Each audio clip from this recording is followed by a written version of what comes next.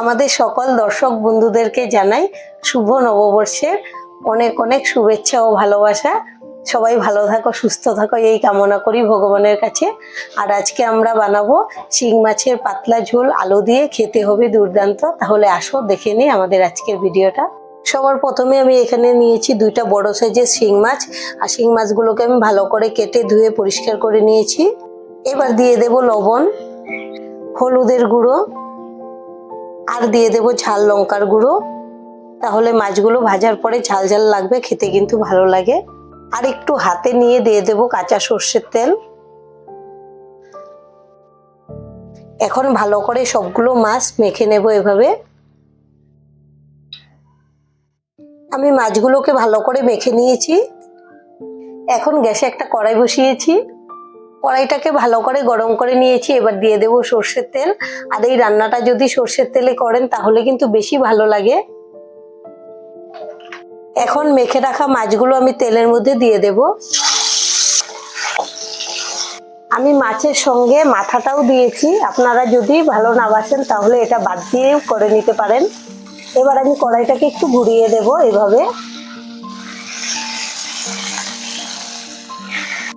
এখন আমি মাছগুলোকে উল্টে দেব। আর শিং মাছ বা মাগুর মাছ বেশি কিন্তু ভাজতে হয় না, হালকা ভেজে নিলেই ভালো হয়। আমি এভাবে সবগুলো মাছ উল্টে দেব। আমি মাছগুলোকে উল্টে পাল্টে ভেজে নিয়েছি হালকা করে। এখন তুলে নেব।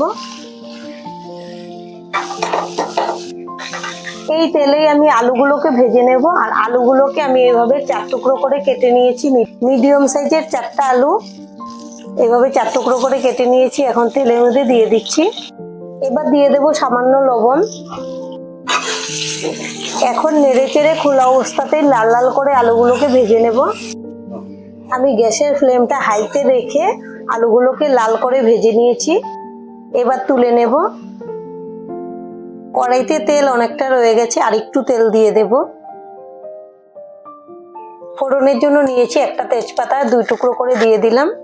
2টা নিয়েছি শুকনো লঙ্কা একটু চিড়ে দিয়ে দিলাম। আর নিয়েছি হাফ চা চামচ গোটা জিরে। এবার ফোড়নটাকে ভেজে নেব মিষ্টি একটা সেন্ট বের হওয়া পর্যন্ত। আমি প্রায় 30 সেকেন্ডের মতো ফোড়নটাকে ভেজে নিয়েছি। আর এখানে নিয়েছি অনেকগুলো পেঁয়াজ কুচানো, আর নিয়েছি এরকম রসুনের কোয়া। রসুন কিন্তু অনেকগুলো নিয়েছি। এই রান্নাতে পেঁয়াজ আর রসুনটা বেশি লাগে, তবেই কিন্তু খুব টেস্ট হয়। এবার তেলের মধ্যে দিয়ে দিচ্ছি। আমি একসঙ্গে রসুনগুলোও দিয়ে দেব। এবার ভেজে নেব একসঙ্গেই পেঁয়াজ আর রসুন।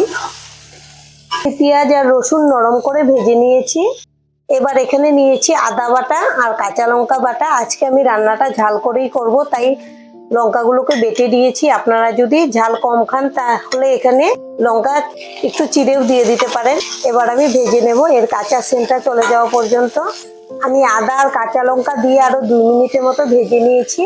এবার এখানে নিয়েছি 2টা টমেটো পেস্ট করে, এটাও দিয়ে দেব। আমি টমেটো দেওয়ার পর স্বাদ অনুযায়ী লবণ দিয়েছি।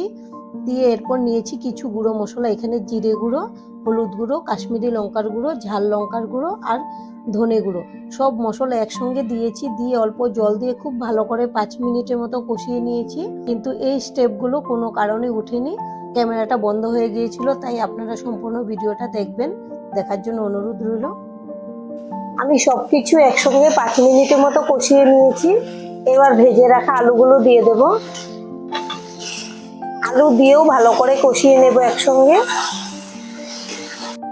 আমি আলুর সঙ্গে ভালো করে কষিয়ে নিয়েছি। এবার দিয়ে দেব জল।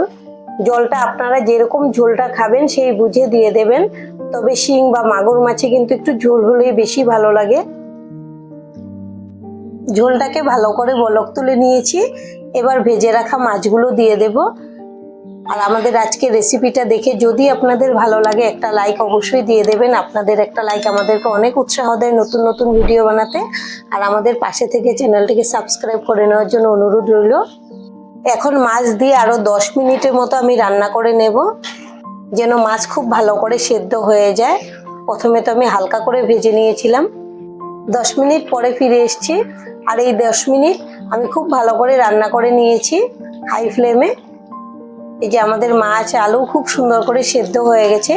এর মধ্যে আমি আলাদা করে কোনো গরম মশলার গুঁড়ো দেব না, তার কারণ পেঁয়াজ রসুন দিলেই কিন্তু খুব ভালো সেন্ট হয় আর টেস্টটাও খুব ভালো আসে। তাই তবে আপনারা যদি চান এখানে গরম মশলার গুঁড়ো দিয়ে দিতে পারেন, তো আমার কাছে এমনিতেই ভালো লাগে। আর এভাবে আপনারা বাড়িতে বানিয়ে খাবেন গরম গরম ভাতের সঙ্গে, খুবই ভালো হয়। আর এটা কিন্তু খুবই স্বাস্থ্যকর একটা রেসিপি। আর আজকের ভিডিওটা এখানেই শেষ করব। সবাই ভালো থাকবেন, সুস্থ থাকবেন। সম্পূর্ণ ভিডিও দেখার জন্য অসংখ্য ধন্যবাদ।